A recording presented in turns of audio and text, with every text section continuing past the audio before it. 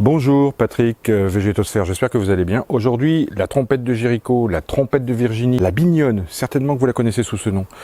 Plante grimpante extraordinaire, une plante assez forte, assez rustique. C'est tout de suite sur Végétosphère, n'oubliez pas de vous abonner, n'oubliez pas le petit pouce bleu. Shall we begin? Eh bien voilà, nous sommes dans le jardin de Karine et Hubert, nous sommes en présence d'une jeune bignonne. Il y a des fleurs, mais pas tant que ça. Elle est encore à venir, elle est encore en cours de développement. Et c'est vrai que c'est une plante assez volubile, assez puissante. Elle a quelque chose qui rappelle un peu la glycine, dont il faut se méfier quand ça pousse, notamment sur un mur, au bord des gouttières ou sur les mains courantes.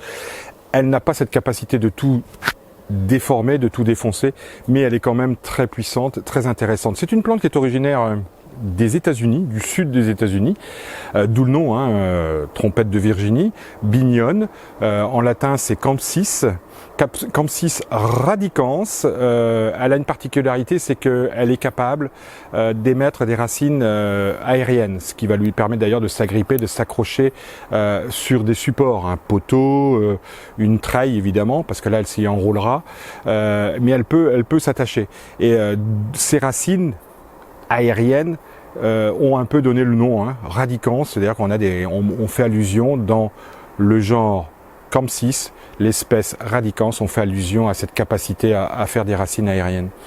Donc je vous l'ai dit, famille originaire des États-Unis, Bignoniacées, c'est sa famille. C'est une plante assez intéressante pour sa fleur. En fait, elle a une fleur assez spécifique. Au sud des États-Unis, les colibris adorent venir butiner. En tout cas, c'est pas comme une abeille, mais ils font presque de la même chose, étant donné qu'on a une fleur, littéralement une trompette, un tube, dans lequel ils vont pouvoir venir manger le nectar. C'est une plante qui fait des cymes. La floraison, on appelle ça une cyme, qui est composée entre 8 et 12 inflorescences individuelles. Voilà, donc voilà, ici, si je prends cette cyme qui va naître, on a à peu près une douzaine, 10 boutons. Là, j'en ai 2, 4, 6, 8, 10. Voilà, c'est la particularité. Celle-ci, elle est orange et on l'appelle Madame Galène. On reviendra sur les variétés. Globalement, c'est jaune ou orange avec plein de variantes. On reviendra sur les variétés un peu plus tard. Pour ce qui est de sa culture, c'est relativement simple. Même si elle est originaire des États-Unis et du sud des États-Unis, elle est relativement rustique. Elle tient jusqu'à -15 et plus. Et si vous avez un sol ou une région un peu délicate, un peu en altitude, il suffit de protéger le pied. Et quand bien même elle gèlerait, parce que vous avez subi un énorme coup de froid, c'est une plante qui redémarrerait au pied sans aucun problème. Vous allez perdre la partie aérienne, mais on se rend bien compte qu'elle a une certaine rusticité. Donc on annonce -15, mais je pense que ça va bien au-delà, parce qu'on s'est aperçu un peu partout en France qu'elle était capable de tenir au-delà de -15. Concernant la plantation, une plante qui devrait être plantée au sud, aux alentours de la Sainte-Catherine, en tout cas en automne, parce que quand on plante en automne, on va permettre à ces végétaux de s'enraciner tout à fait normalement et d'être performants, et autonomes pour l'été suivant, parce que l'écueil, c'est pas l'hiver, c'est l'été, c'est là où il y a le manque d'eau et probablement les interdictions d'arroser. Pour le nord de la Loire, et c'est globalement là que vous la trouverez dans les jardineries et chez les horticulteurs et les pépiniéristes, vous la trouverez dans les rayons en mars, avril, mai, et c'est évidemment à ce moment-là qu'on pourra la planter. On en a nettement moins en automne, et on la plantera évidemment au printemps. Bon, c'est un moindre mal.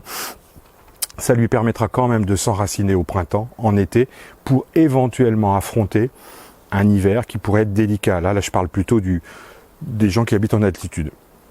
Mais si jamais vous en trouvez en automne, je vous rappelle, il est toujours préférable de planter en automne, car tous les végétaux, toutes les plantations d'automne permettent d'avoir une autonomie pour la plante, pour l'enracinement, et ça permet d'affronter beaucoup mieux et beaucoup plus facilement l'été, qui théoriquement sont de plus en plus chauds, de plus en plus secs, avec cette épée de Damoclès qui est l'interdiction d'arroser.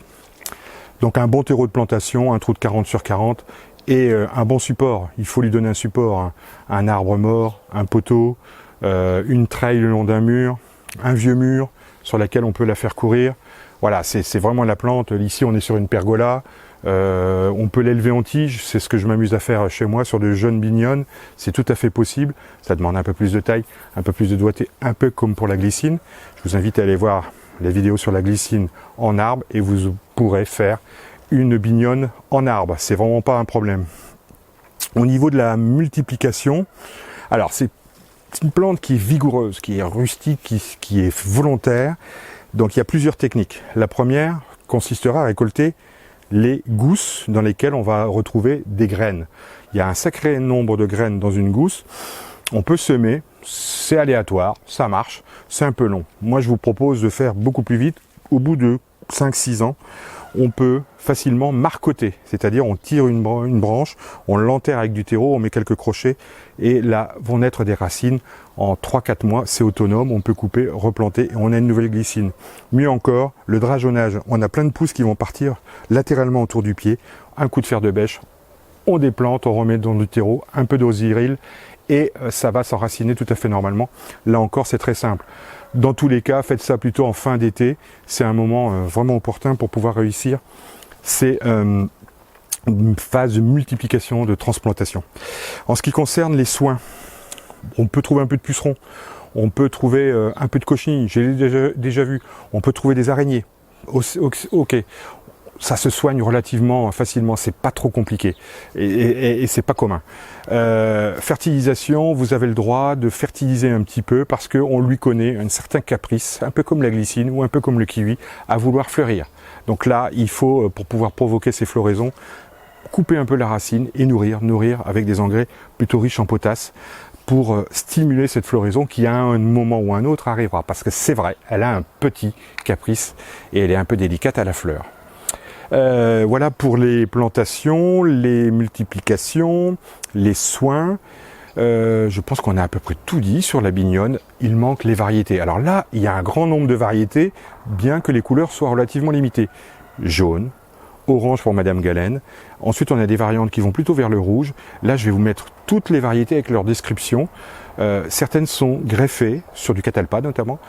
D'autres ne le sont pas.